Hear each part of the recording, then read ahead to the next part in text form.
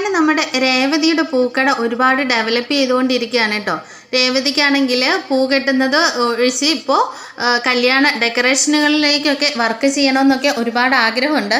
അങ്ങനെ രേവതി ഇങ്ങനെ ട്രൈ ചെയ്ത് നോക്കുന്നുണ്ട് കേട്ടോ. അങ്ങനെ 2-3 മോഡലൊക്കെ സ്റ്റേജ് ഡെക്കറേഷൻ്റെ മോഡലൊക്കെ റെഡിയാക്കി വെച്ചിട്ട് സച്ചിനെ കാണിക്കുന്നുണ്ട്.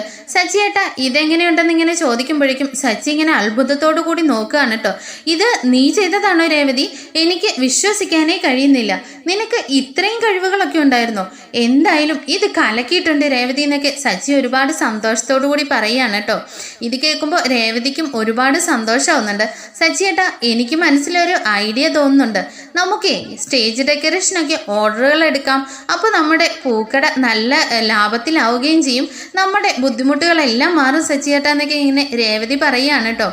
ഈ സമയം സച്ചിയും പറയുന്നുണ്ട്, അതേ രേവതി നമുക്കിനി അമ്പലങ്ങളിലെയും എല്ലാ കല്യാണ ഓർഡറുകളും എല്ലാം പിടിച്ചിട്ട് ഡെക്കറേഷൻ വർക്കുകളെല്ലാം നമുക്ക് നമ്മുടെ പേരിൽ ആക്കണമെന്നൊക്കെ ഇങ്ങനെ പറഞ്ഞുകൊണ്ടിരിക്കുന്ന സമയത്താണ് വർഷ അങ്ങോട്ടേക്ക് വരുന്നത് കേട്ടോ.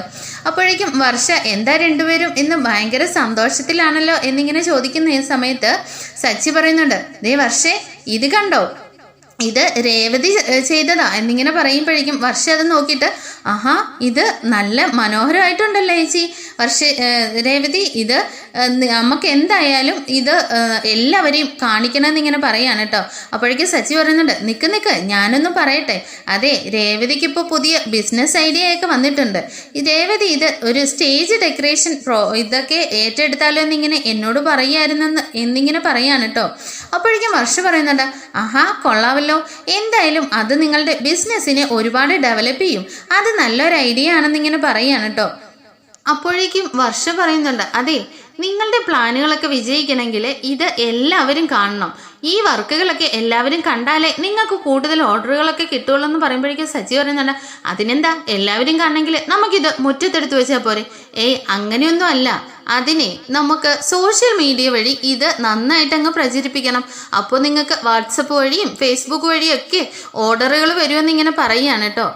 അപ്പോഴേക്ക് സച്ചി ഇങ്ങനെ വല്ലാതെ ഇങ്ങനെ നിൽക്കുമ്പോഴേക്കും വർഷ പറയുന്നുണ്ട്, അതെ അതിന് വേണ്ടിയിട്ട് ഞാൻ നിങ്ങൾക്കൊരു വെബ്സൈറ്റ് തുടങ്ങിത്തരാം. എന്നിട്ട് നമുക്ക് ചേച്ചിയുടെ കുറേ ഫോട്ടോസും വീഡിയോസും ഒക്കെ അതിൽ അപ്ലോഡ് ചെയ്യാം. അത് കണ്ടിട്ട് എല്ലാവരും നമ്മളെ കോണ്ടാക്ട് ചെയ്യും. അപ്പോൾ നമുക്ക് വർക്കൊക്കെ കൂടുതൽ കിട്ടുമല്ലോ എന്നിങ്ങനെ പറയുമ്പോഴേക്കും രേവതിക്കാകെ ചമ്മലാവുകയാണ് കേട്ടോ. അതൊന്നും വേണ്ട, വീഡിയോയും ഫോട്ടോസും ഒന്നും വേണ്ട, അല്ലാതെ നമുക്ക് എന്തെങ്കിലും ചെയ്യാമെന്നിങ്ങനെ പറയുകയാണ് കേട്ടോ. ഈ സമയം വർഷയാണെങ്കിൽ രേവതിയോട് മാക്സിമം ഇങ്ങനെ പറയുന്നുണ്ട്, അതൊന്നും സാരമില്ല ചേച്ചിക്ക് അതെല്ലാം നല്ലതായിട്ട് നടക്കും എന്നൊക്കെ ഇങ്ങനെ പറയാണ് കേട്ടോ. ഇത് കേൾക്കുന്ന സച്ചിക്കാണെങ്കിൽ വലിയ അത്ഭുതം ആവുന്നുണ്ട് കേട്ടോ. ആണോ അങ്ങനെയൊക്കെ കിട്ടുമോ? എങ്കിൽ പിന്നെ നമുക്കത് ഇപ്പോൾ തന്നെ റെഡിയാക്കാന്ന് ഇങ്ങനെ പറയാണ് കേട്ടോ. എന്നാൽ രേവതി ഇങ്ങനെ നാണത്തോടു കൂടി ഇങ്ങനെ ചമ്മി നിൽക്കുന്ന കണ്ടിട്ട് സച്ചി പറയുന്നുണ്ട്, ഇതൊക്കെ നമുക്ക് റെഡിയാക്കാം രേവതി എന്നിങ്ങനെ പറയാണ് കേട്ടോ.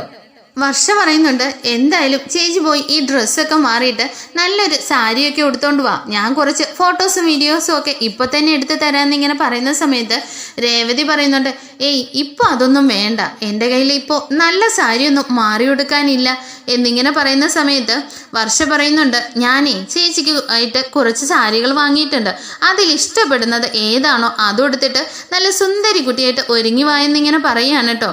അപ്പോഴേക്കും രേവതി ഇങ്ങനെ മടിച്ചു നിൽക്കുകയാണ്. അതൊന്നും വേണ്ട വർഷേ, അതിനൊന്നും എന്നെക്കൊണ്ട് വീഡിയോസ് ഒന്നും ചെയ്യാനോ ഒന്നും പറ്റില്ല എന്നിങ്ങനെ പറയാണ് കേട്ടോ.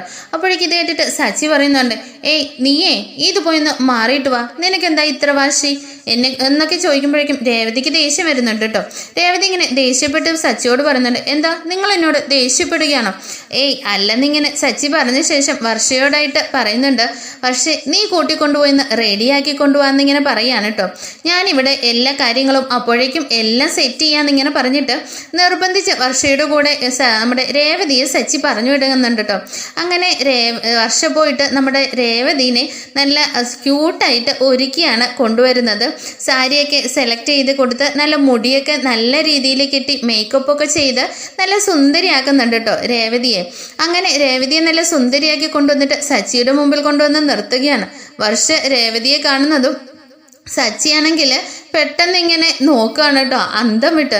രേവതി നീ ഇത്രയും സുന്ദരിയാണോ, അടിപൊളിയായിട്ടുണ്ട് എന്നൊക്കെ ഇങ്ങനെ പറയാണ് കേട്ടോ. ഇതേ പൗഡർ ആയിട്ടത്തേക്ക് മാത്രമല്ല നിനക്ക് നല്ല കഴിവുണ്ട് അണിയിച്ചൊരുക്കാനെന്നൊക്കെ ഇങ്ങനെ വർഷയോടായിട്ടും പറയുന്നുണ്ട് കേട്ടോ. അങ്ങനെ സച്ചി പറയുന്നുണ്ട്, എന്നാൽ പിന്നെ ഇനി ഞങ്ങളുടെ രണ്ടുപേരുടെയും കൂടെ ഒരു ഫോട്ടോ എടുത്ത് തരാൻ പറഞ്ഞിട്ട് വർഷയുടെ കയ്യിലേക്ക് മൊബൈൽ ഫോൺ ഇങ്ങനെ കൊടുത്തിട്ട് സച്ചിയാണെങ്കിൽ ഇങ്ങനെ രേവതിയെ ചേർത്ത് പിടിച്ചുകൊണ്ട് നിൽക്കുകയാണ് കേട്ടോ. അങ്ങനെ പല രീതിയിൽ പോസൊക്കെ ചെയ്ത് നിർത്തിയിട്ട് വർഷയെ കൊണ്ട് ഫോട്ടോ എടുപ്പിക്കുന്നുണ്ട്. സച്ചിക്ക് ഫോട്ടോസൊന്നും ഇങ്ങനെ പോസ് ചെയ്യാനൊന്നും അറിയില്ലെങ്കിലും വർഷ ഇങ്ങനെ ഒരു തരത്തിൽ അങ്ങനെ നിൽക്കുന്നൊക്കെ പറഞ്ഞിട്ട് രണ്ടുപേരുടെയും കുറേ ഫോട്ടോസൊക്കെ എടുക്കുന്നുണ്ട് കേട്ടോ. അങ്ങനെ വർഷയുടെ ആണെങ്കിൽ രേവതിയെ തനിച്ച് നിർത്തിയിട്ട് കുറേ വീഡിയോസും ഫോട്ടോസും ഫ്ലവറിൻ്റെ മേക്കപ്പിങ്ങും ഫ്ലവറിൻ്റെ ഇത് ഉണ്ടാക്കുന്നതും സ്റ്റേജ് ഡെക്കറേഷൻ്റെ വീഡിയോസും ഒക്കെ കുറേ എടുത്തിട്ട് പറയുന്നുണ്ട് വർഷ, ഇപ്പോൾ ഇതെല്ലാം സെറ്റായിട്ടുണ്ട്, ഇനി വെബ്സൈറ്റിൽ ഞാനിത് അപ്ലോഡ് ചെയ്യാം, അപ്പോൾ ചേച്ചിക്ക് നല്ല ഓർഡറുകളൊക്കെ വരും, ചേച്ചിനെ നേരിട്ട് കോൺടാക്ട് ചെയ്തോളൂ എന്നിങ്ങനെ പറയുമ്പോഴേക്കും രേവതിയും സച്ചിയും കൂടി ഇങ്ങനെ അത്ഭുതപ്പെട്ട് നിൽക്കുകയാണ് കേട്ടോ.